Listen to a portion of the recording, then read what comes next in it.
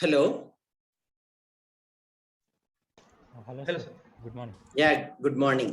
Good morning, sir. I'm audible, right? Yes, sir. Yes, sir, you're audible, sir. Good, good.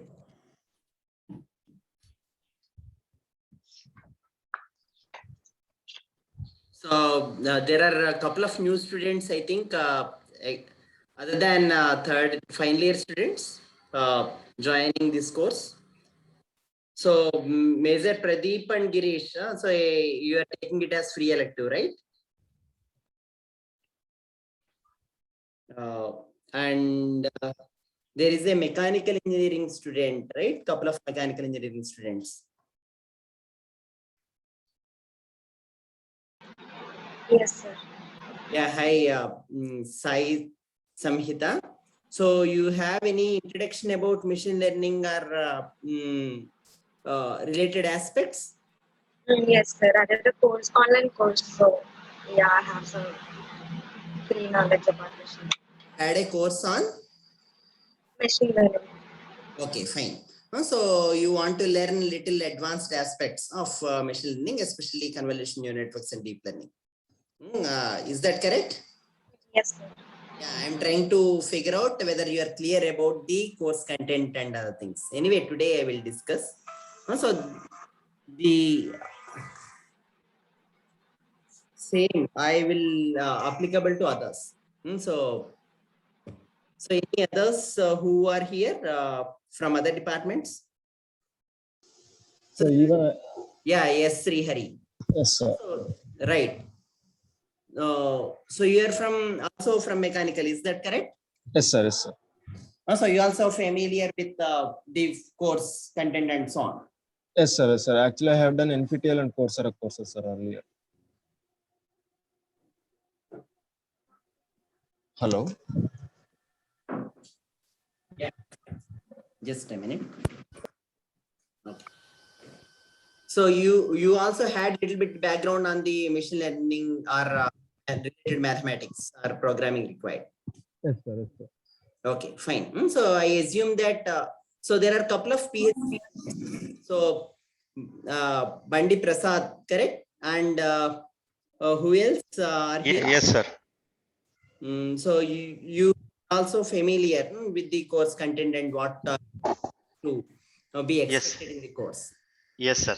Yeah, fine, good. So anyway, let me welcome you all to this course on deep learning theory and applications. So this is both program intensive and it also will have a theoretical rigor. So I introduce some of the new aspects of doing backpropagation, especially or learning the networks. Let me share the screen.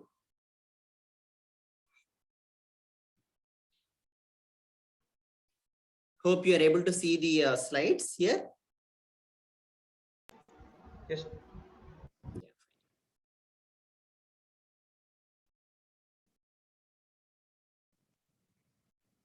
So before I start, let me clarify the difference between different courses that are around. So machine learning for image processing course, which is there in the last semester, deals with basic theory of machine learning, and it gives a broad understanding of what machine learning is, and then introduces convolution neural networks and concluded there. So we could only introduce convolution neural networks and a couple of applications of convolution neural networks. But the details of really what is needed for learning large neural networks or convolution neural networks are not well discussed. In this course, we will concentrate much more on the understanding and learning of convolution neural networks. Further, we also see several applications of them. We try to see some different variants of convolution networks and other deep learning models. So such as recurrent neural networks, generative adversarial networks, and so on. So this course, as you know from timetable, we have alternative days in the week. And this is a 3-credit course. So I will start with broad overview of the course today, and then we will have a quick mathematical review. This mathematical review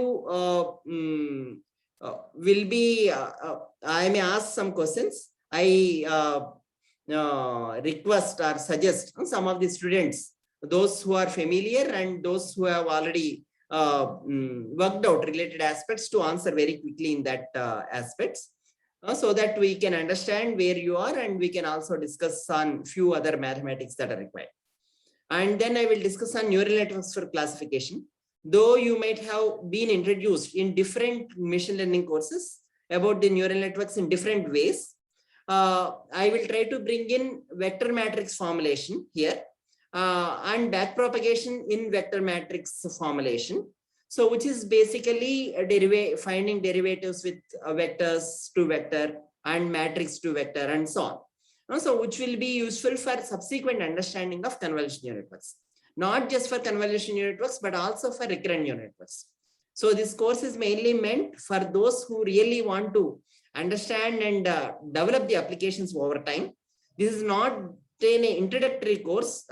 This is, I would say, is a little bit of specialized course on deep learning and applications of deep learning for computer vision and in general for any machine learning problems, including sequential models and understanding sequence to sequence translation or image to sequence translation and so on. So this is a this, I would say, those who have special and keen interest, it is very good to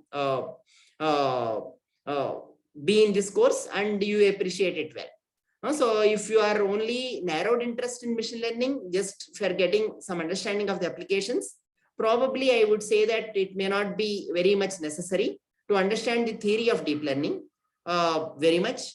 It's good enough to know some of the packages and then start like understand some of the packages and then start implementing the available models that are in place for different applications. So in fact, those are also introduced in this course little more detail for each of the tasks we have in computer vision or in some of the text, image, text and voice processing. We will have some of the networks that are introduced, but that a complete course may not be necessary for it. So understanding this will give you more like breadth and as well as depth in developing the better and better neural networks models, convolutional neural networks models, and appreciating what deep learning can do and also understanding what deep learning cannot.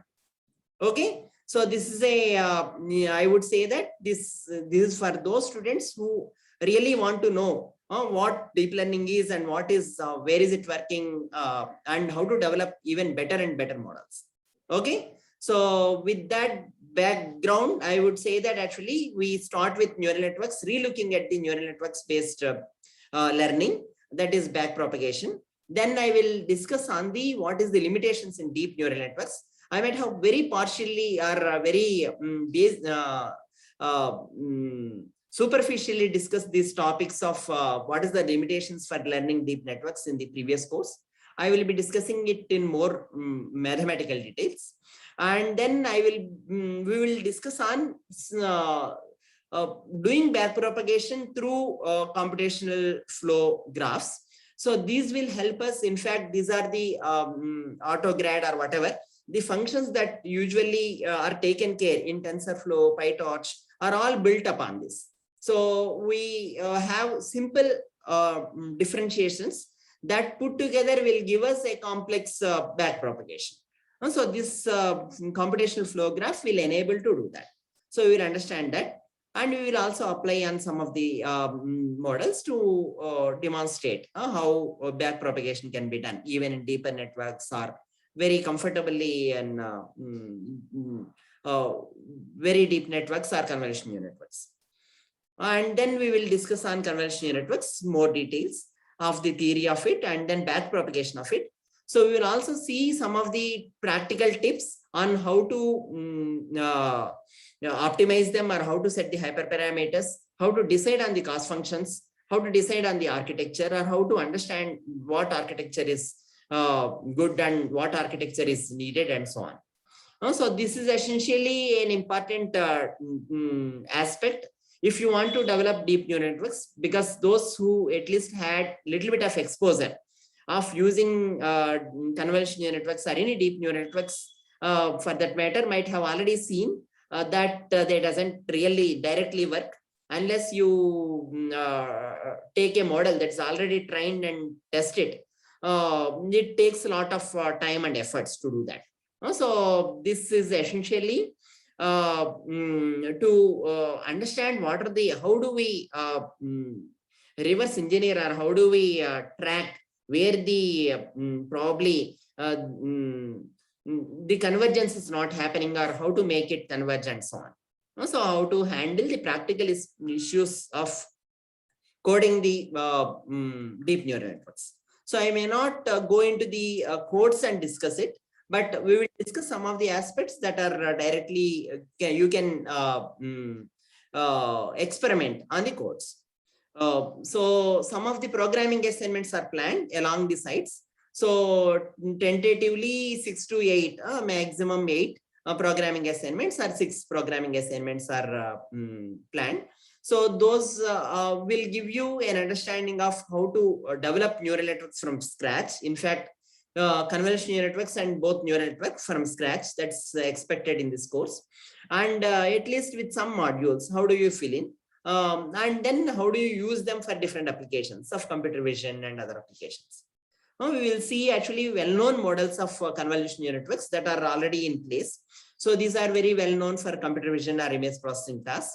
And with this, you can do reasonably good, say, for example, segmentation, ranging from the applications that are conventional in image processing and computer vision to applications that are quite realistic and very interdisciplinary. Let it be in mechanical engineering or in civil engineering or in even in complete economics or many other fields.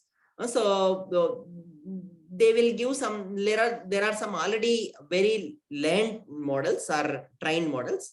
So we see that training in neural networks or convolutional networks takes a lot of time and effort. So once trained, you can use this knowledge to learn to another problem to a great extent, that is referred to as transfer learning.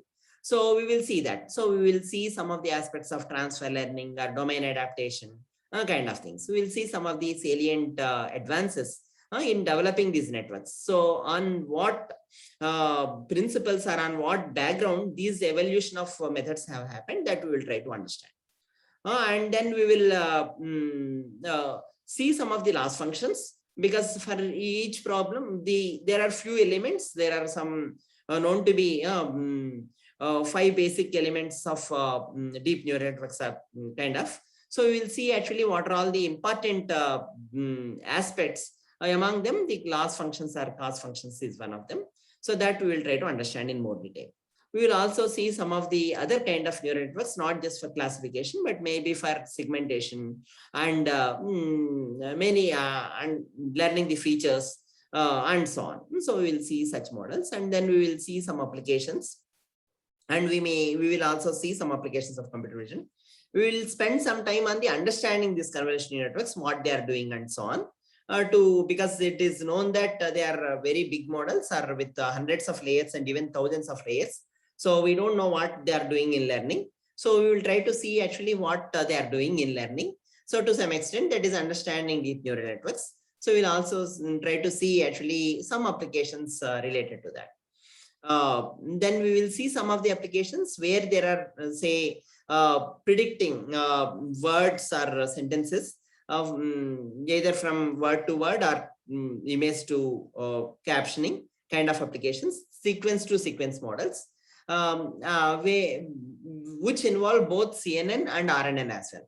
So we will see some such networks. So you will overall are supposed to get or are expected to get the familiarity with all deep learning models, including RNNs, CNNs, and GANs. And that's what is expected in this course. And some of the application, recent developments like probably transformer networks or something like that, we will try to introduce and see some of the applications of them, or the importance or elegance of them. So this is tentatively the plan for the evaluation. So midterm, I'm thinking of 20%. And then we will have quizzes, say once in 2 weeks. That's tentatively. So for every 2 weeks, we assume that 10 minutes or 15 minutes quiz. So if that is practical, we will take it like that, or otherwise in every 3 weeks, one complete class quiz we can have. So that roughly 10% I'm thinking. This quiz may be some multiple choice questions most of the times, maybe all small fill in the blanks. Then final exam is for 35%. And programming assignments, as I said, I will be giving. So these will be for 15% and mini project is for 20%. I expect that mini project can be done in groups of 2 at the maximum. I would suggest that groups of 2 is good enough, or would be good. So you can roughly, if there are 28 students in the course, 14 mini projects, and you can take different topics and do that. So you can do in your own area. If you have already research student, if you are research students, you can take the area that is close to your research. And if you are other branch students, you can also take a problem that is quite useful for you in that application. And any electrical students also can take based on their project and interest. So I will anyway give some tentative guidelines on the mini projects. Also some probably papers or material for progressing on that. But I think that is one of the important aspects that you should leverage from this course. So this I have put reasonably good content for programming and mini projects, because this is reasonably programming intensive as well. So this is tentatively the evaluation criteria, and this is the course outline. So I wish to hear from you if you have any questions, or should we discuss anything on this? Any questions or comments? So I see most of the final year students here, BTech students, electrical students, and then some of the PhD students and mechanical engineering students, and a couple of other MTech students. So yeah, you can, anything you would like to add or you would like to include in the correct like syllabus that we are planning to deal with? So if you have no questions or comments, I will move on. I assume that this is all fine. Yes, sir. I guess it's fine. Fine, sir. Yes. Yeah, fine, good. Sir, I have a question. Yeah, ask Prabha. Yes, sir. About the programming assignments. Sir, what kind of programming assignments will we be getting? So is it like building neural networks or testing them out? Or can you? Yeah, so typically what I'm thinking is first programming assignment will be a building neural network from scratch. Typically, since you might have done a couple of layers before, say 4 or 5 layers neural network or something like that. So where you may need to apply chain rule, but not specifically with back propagation that you with chain rule. So through computational graph, you can compute the back propagations and apply and build a neural network from scratch. That can be the first programming assignment. Second can be a building a convolutional neural network. So some of the TA students will give you some template code where you can keep adding your modules, especially the key modules for initialization weights, initializing the weights, and then writing back propagation, creating the layers, and so on. So and building the convolutional neural networks roughly from scratch. And then subsequently, there are some application assignments I will give. So applying, say, building a deep convolutional network for, say, image classification kind of problem. And then subsequently, some other programming assignment where RNN is also involved. So this is tentatively the idea. Yeah, if we are done reasonably in time, then we will go for even GAN-based Yeah, building a GAN, simple GAN in programming assignment. So what I expect is the programming assignments and mini project. So there may be some advantage that you may leverage from programming assignments for mini project. So mini project, I expect that since it is a slightly advanced course, I expect that you should be able to spend reasonable amount, and you should also be able to do something more than what programming assignments I give in the mini project. Okay, so that's expected. And we will try to schedule some tentative timeline for review of the mini project. So we may have a couple of reviews, so 2 reviews before the final presentation for the mini project. That too, actually, given that the class is now little manageable or small in strength, so I can also interact with you, with each of the teams to understand what you are doing and what you need to do and so on. Okay, thank you, sir. Yeah, thanks. So any other questions or comments? Okay. Yes, sir. Just a small thing is that can we have the Google Classroom for the same? Yes, yes, we already had. So I will show the link at the last slide. Our Survardhan JTS already has created. So probably request Survardhan, you can message in the chat. Yeah, sure, sir. Sure. So you can just take it. So it's created.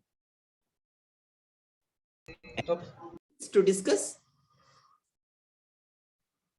Okay.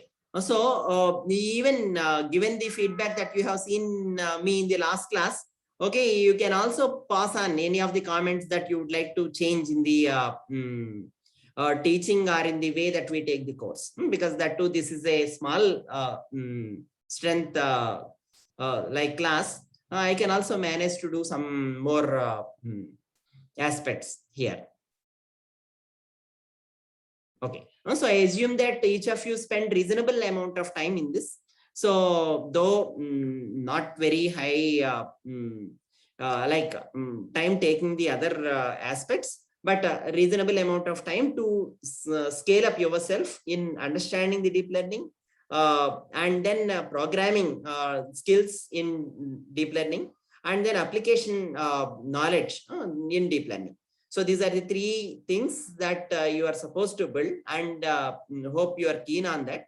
So with that, I will move because some of the aspects require consistent, continuous understanding as well. So for example, if you don't understand the backpropagation in computational graphs easily, then backpropagation in CNN is much more difficult. And if we have a big architecture that is seen in the papers, so then you will not be able to understand what, how are they doing backpropagation there. So there are some things that are required to be interpolated to understand this, because as you know, the networks now are, so some of those who are already familiar could see the networks with 1000 layers. Okay, and then RNN is backpropagation with time, and so that's not very easy. So there are few aspects that need good interpolation, as I said, or extrapolation. So understanding some of the basic aspects. So that is very much needed to understand, also to develop later.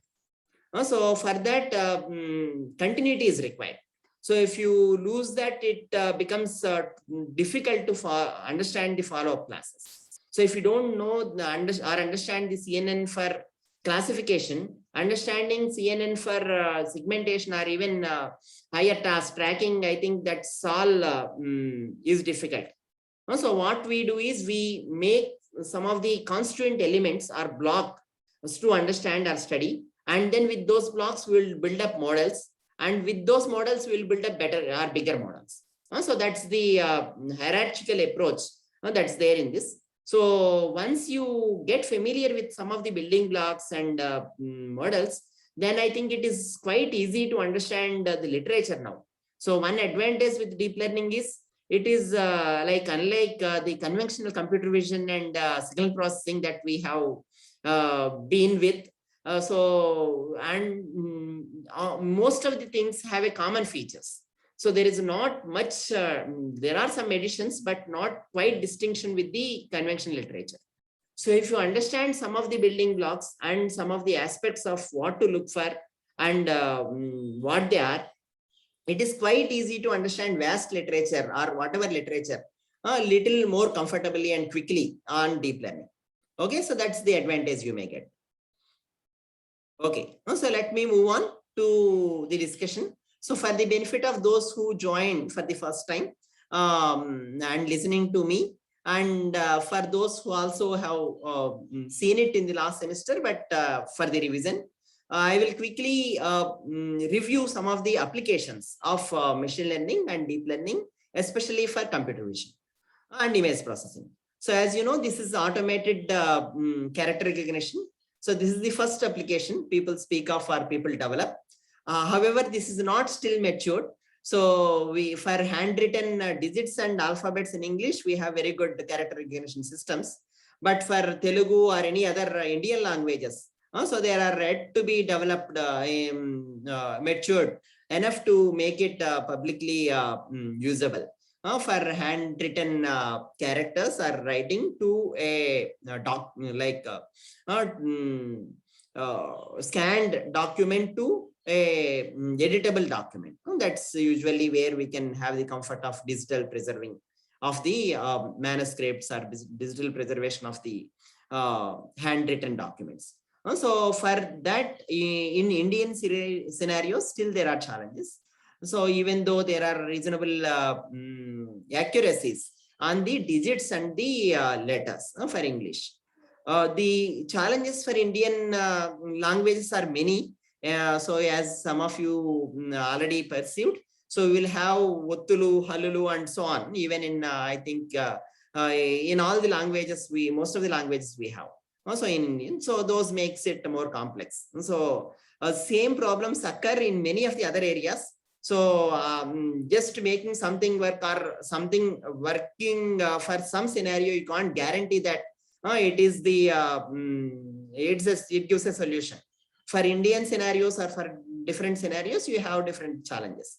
However, these challenges which were much better or progressive than what they were before, in the sense that these tackling the challenges was much better. Because the computer vision field started from 1960s, close to could like only make limited success in object detection or many other fields, 3D reconstruction and so on, till 2010. And 2010 to 2020, we can see that roughly the same level of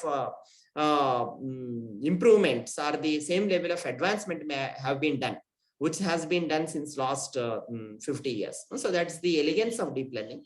So we can't completely outright the advances of deep learning, and they are very important and very now in demand or very sought for. However, they do have challenges, still not addressed. So this is iris recognition. So usually biometric recognition is one of the area where people are very much interested, recognizing a person from face, fingerprint, iris, and then palm, and also from gait, how they walk, and so on. So this is known to be one of the very robust way for recognizing persons, biometrics. And then there is say object detection. So conventional cameras has face detection very well. So detecting where the face of a person is. So that will give very smart feature in terms of focusing there on the person. So I will anyway introduce little more formally. So for those who are not very familiar with what image is, little later, but typically you can understand that image is if you make a recording with a camera, what it sees is a field of view, a region, and there are several sensor elements in the camera. Each CCD sensor or CMOS sensor will look at a small region in space. That small region, intensity in that small region is averaged and encoded as a value here. So that is a 2D matrix of elements of intensities that we see in the camera recording, okay, are nothing but the reflectance or the radiance of the scene that we see in terms of the intensity profile in 2D. So what we see is the scene, humans, but what camera sees is only 2D matrix of elements or the 2D array of elements that's referred to as pixels. So there is a wide gap between how the humans perceive and the computer perceives. Okay, and there are ample number of challenges to take better tasks being done by computer with that very limited data that it acquires. So the human recording is magnanimous. It has the ability to not just acquire, but to make inference, and we don't know the exact way in which it acquires as well. So, but cameras can only acquire in 2D arrays or 3D arrays at the maximum, and from that we need to make sense of it. So detecting an object is of importance, like as I said, face detection, object detection, and so on. So fingerprint is also very well-known biometric and widely used, and it is very robust compared to face detection as well. However, face detection and recognition is widely used because of its non-contact nature. You can see from very far and use it. Okay, so for each of these tasks, what people started is, so even before this deep learning era, people started learning things, not just doing task by task. So for face detection means, should I, like say, if, should I do it from scratch every time? How to detect a face? For face recognition, should I start from scratch every time? The answer is no. So the models I build or the algorithms I build can have learned features. These learned features can be used to do the task subsequently during testing time or during evaluation time much faster. Okay, that has been done with the advent or use of large data sets. So previously there were smaller data sets that are required for each of these tasks. Nowadays, because of deep learning hungry for data, we have very large data sets for many of the tasks. Still there are very good challenges, as I said, because it's very impossible or difficult to mimic all the real situations. Okay, so let me just quickly ask those who have studied some of the machine learning course. So what are the main aspects of, say, if I want to do classification from images, what are the main steps, building blocks of a machine learning model? Complete automation, if you want to bring in, what are the main elements? So I request one of you to remind me in case if the time is about to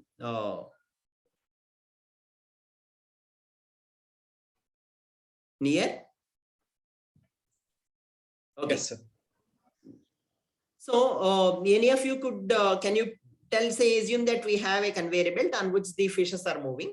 We want to classify, this is a classical example which I might have given even in machine learning class, even for a couple of times. So what are the main aspects that are required? Can one of you tell first what do we need to do?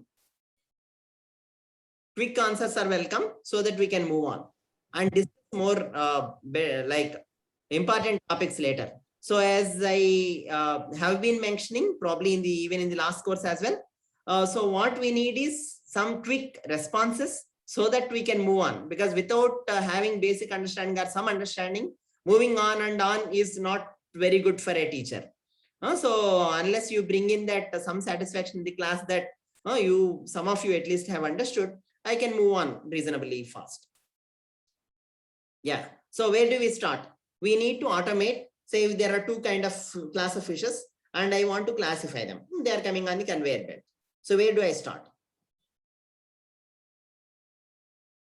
Yeah, quick answer. Should I ask by name or what? I request answer from some of the new students who joined. Any of the mechanical engineering students? Sai Samhita or Sri Hari, I think, right? Like first we need to, like, we have input and output data, like correctly what we need to guess or what we need to classify. Right. Assume that we have input data. The images are the inputs. Okay. So and output is what we need is say we don't want to directly create a model. we want to understand what is needed to do, create a model. Okay, that's the first step we want to do.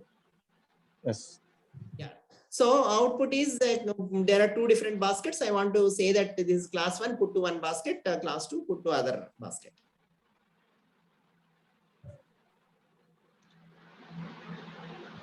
Yeah, quick answers. This is a basic question, right? Yeah. Tell. So first, after we receive the input, then we have to actually reorganize it. We have to clear the data selection and data classification, and then we have to find out what are the features and then build a model upon that, like some model classifier, and then we have to train the model. After that, we can test the model, and the last step is to validate the model, and then, of course, some optimizers or hyperparameter tuning.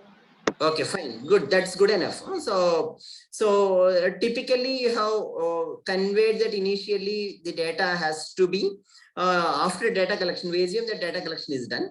So after data collection, that is images only. Data collection means we don't have nothing but images. Okay. So once this is done, what we assume is some kind of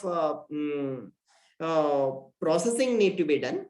So, and then feature extraction, extracting features, and then subsequently some classification or model development for classification. Okay, and then testing. Fine. So this is broadly fine. I request one of the, suggest one of the PhD students now to answer me. Okay, so what is, give little more specific details. What pre-processing is expected here? And what feature extraction do you think that may be appropriate here?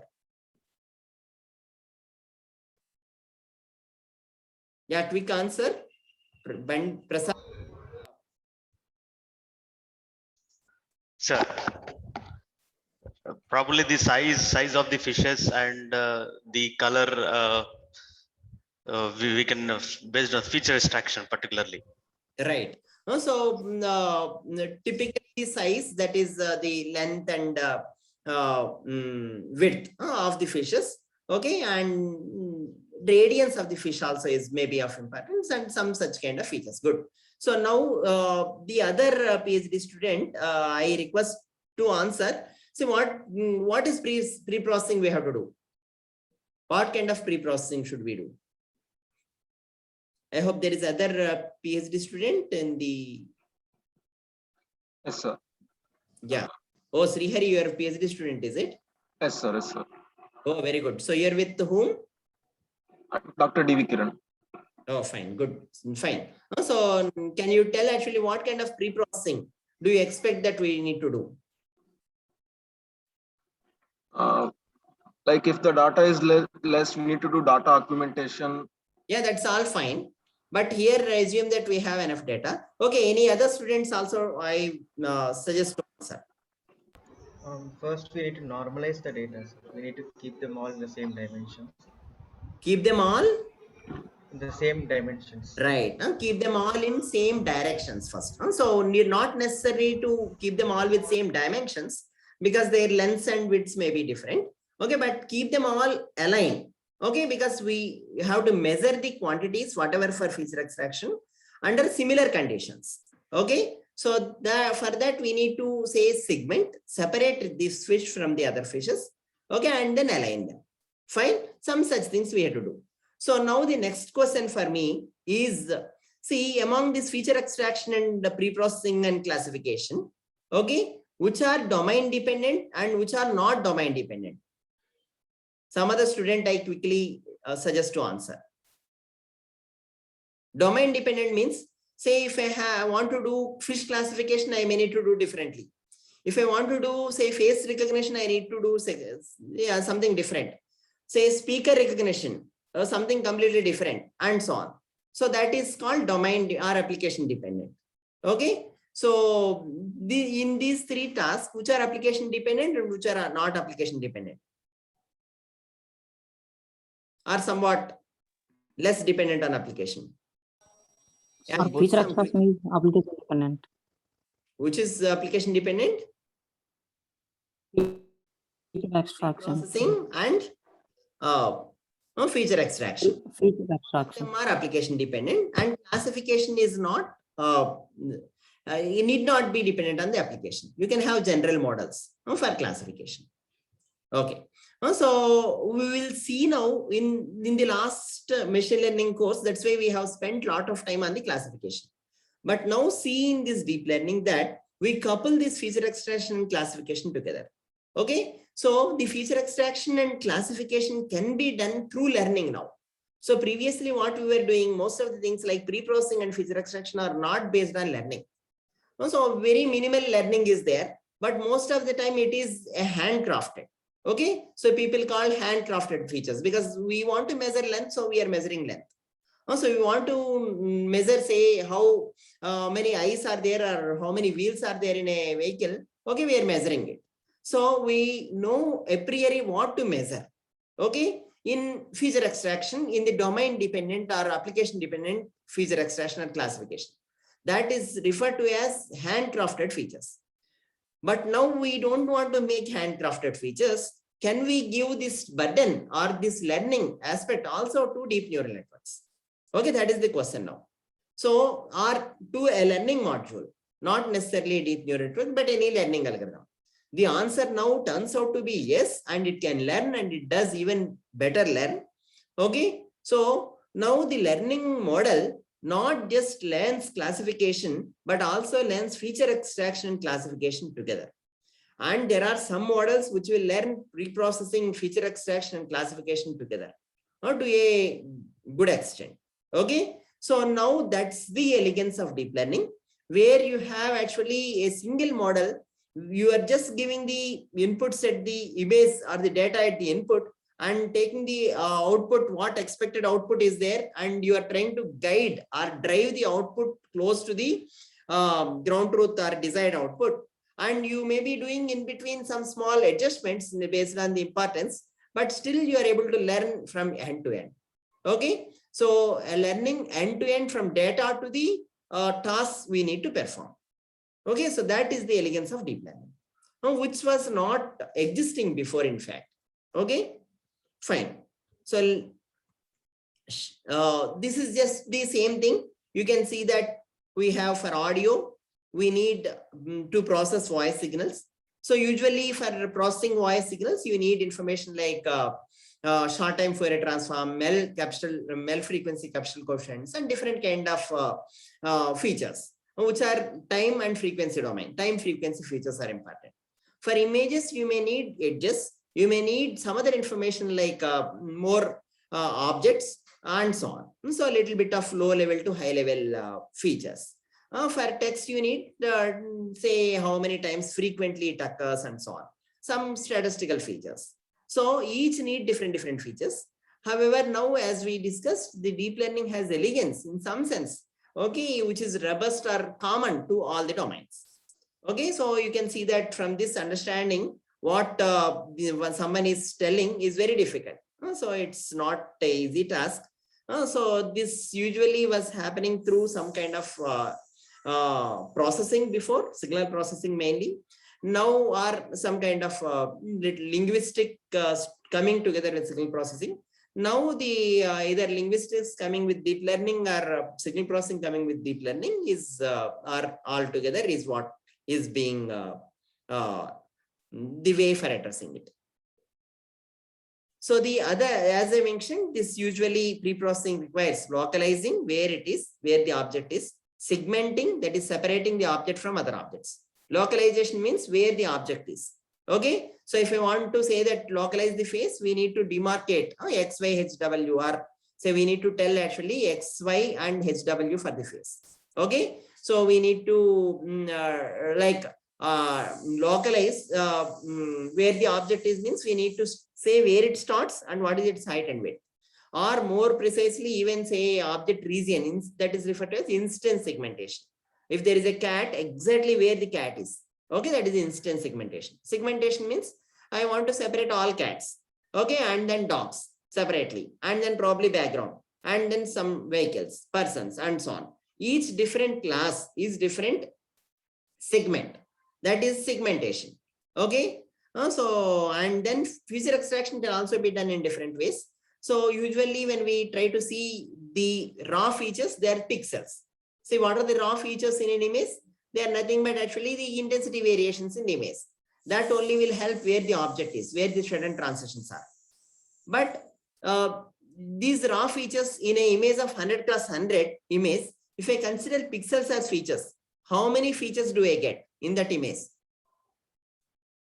Quick answer, I have 100 × 100 image.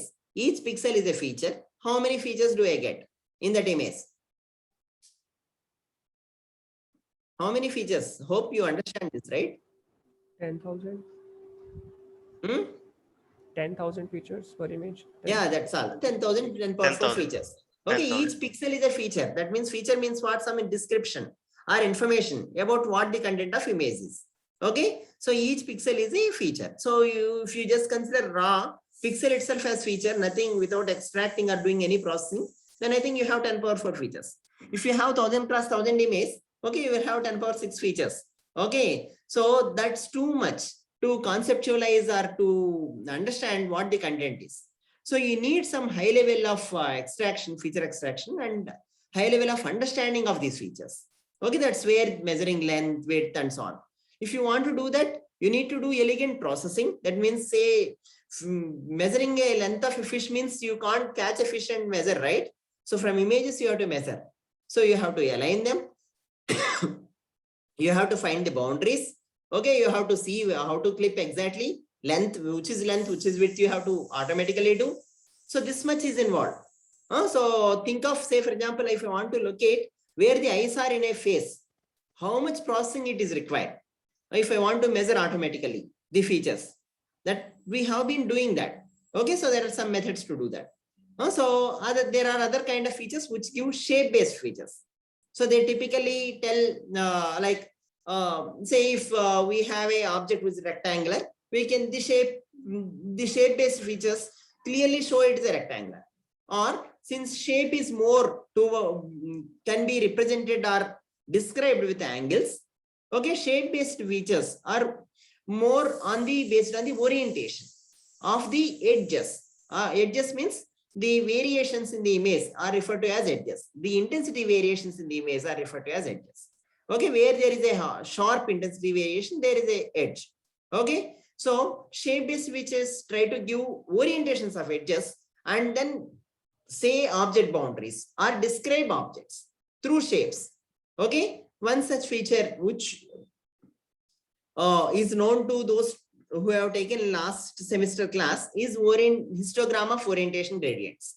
Okay, so what this histogram of orientation gradients does, any of you can quickly tell? Can you quickly tell what this histogram of orientation gradients does? And can you also tell what this PCA is? I need some quick answer again.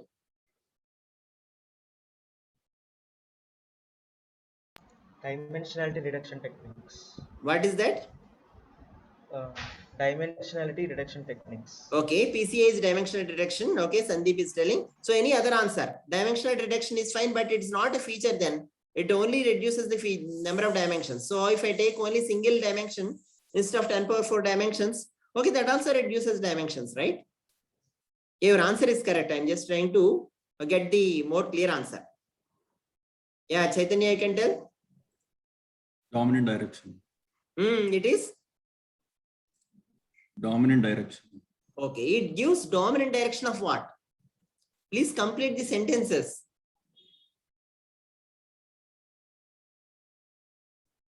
It gives dominant direction, fine, of what? Sorry, histogram of oriented gradients gives dominant direction of gradients in that direction. Okay, let's move. We will discuss on histogram of orientation gradients. Let's conclude on the PCA.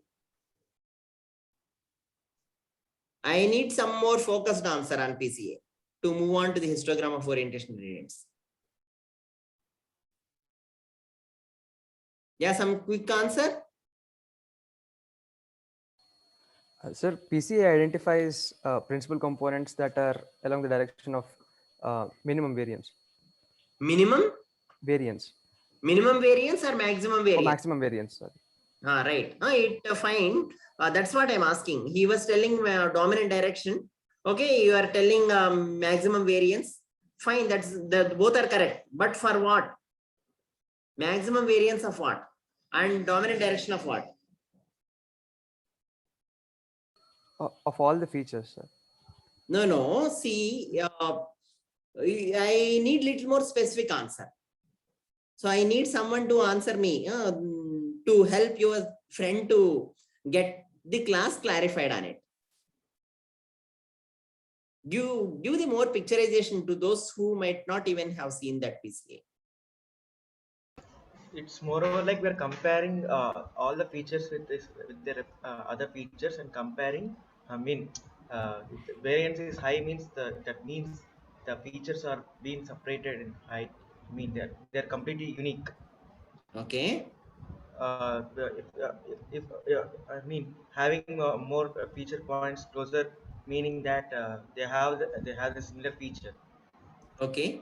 So, Fine. so in that case, we can reduce those features. I mean, we can exclude some of Yeah, the features. fine. I agree with you. I am maybe able to make sense, but I don't know any of the students who joined without proper knowledge of PCA could make out what you are trying to say.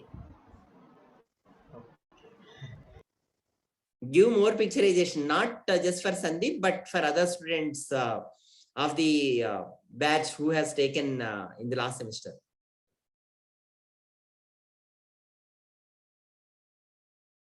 Yeah, can you tell with this, with respect to this example? What does PCA do in this?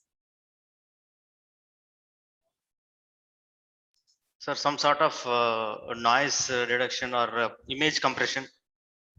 No. See, I am not interested in end application, but I am interested in what understanding of what it does. So in this picture, say for example, when I have shown some example in this picture, it does that. In that way, it should tell. So we can maybe take assume that the feature of this particular fish is height and width. Okay. Then if we want to reduce the dimension, we can plot this on a 2D plane, and Okay. then it may so happen that the ratio of the height and width is the distinguishing feature. In which case, for one particular feature, the height width ratio is some say 2, or for the other one, it's 0.5. So if that is the case, using PCA, we can identify a particular direction or a particular ratio in using the both initial features, meaning from the length and width, we can compress that into a single No, feature. that's all fine, Prabhat. But come to the basics. You are telling once I know where the length and width are there, then you are telling what I can do. How to know that? So I think some students are keeping quiet even after knowing. So, like Harris corner detector. I mean, using no, don't bring in new terms now. No, you will be in more trouble. PCA itself, we should be able to first justify and convey what it does in this image. It should be in layman terms. Those who like students who joined also can know what PCA is.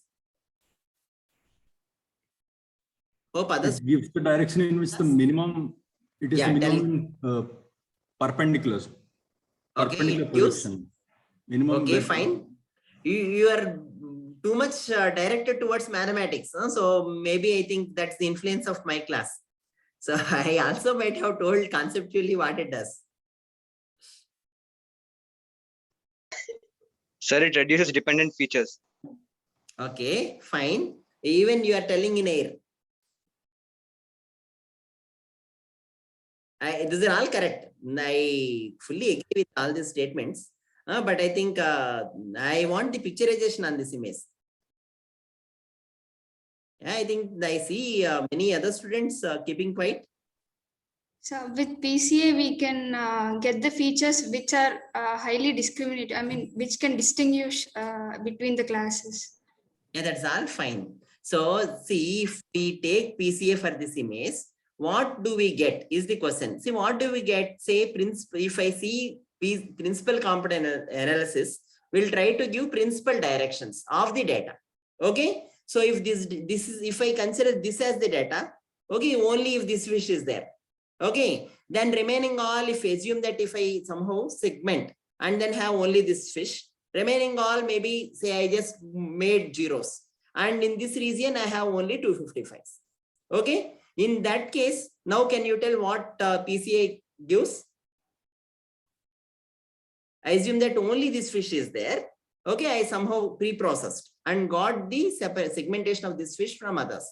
And I also made that foreground as fish intensity, whatever it is, or even with 255 during fish location. Okay, in all other locations, zeros, just the background. Foreground, background objects also I am able to separate. After that, now, if I try to apply PCA, what do you think it gives? Now I should get a clear answer, at least.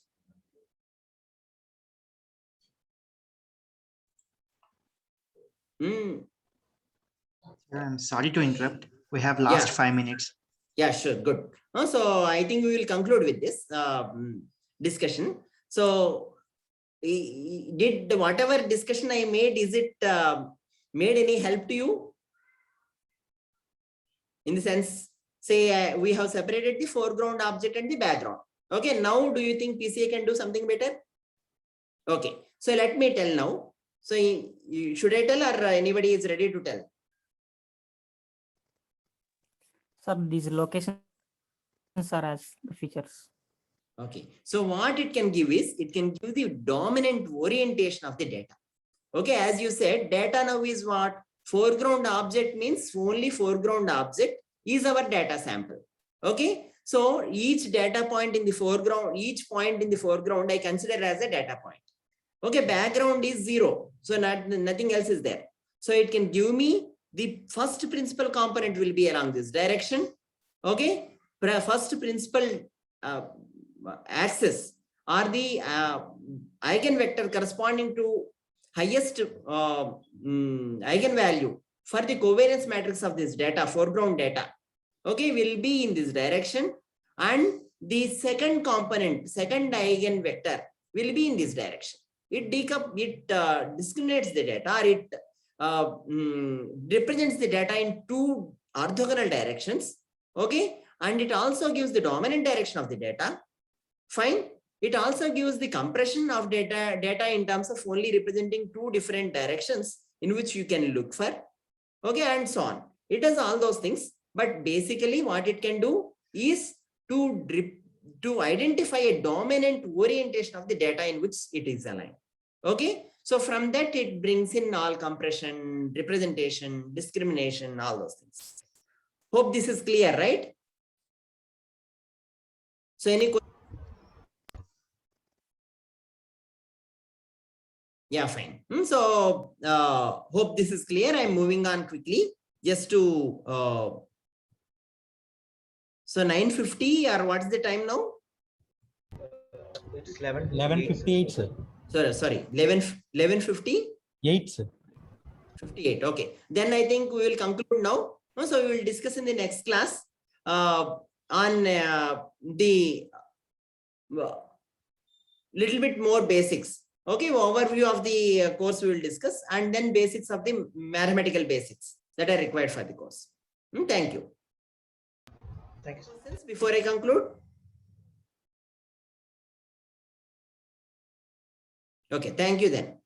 Thanks to all. Bye. Thank you, sir.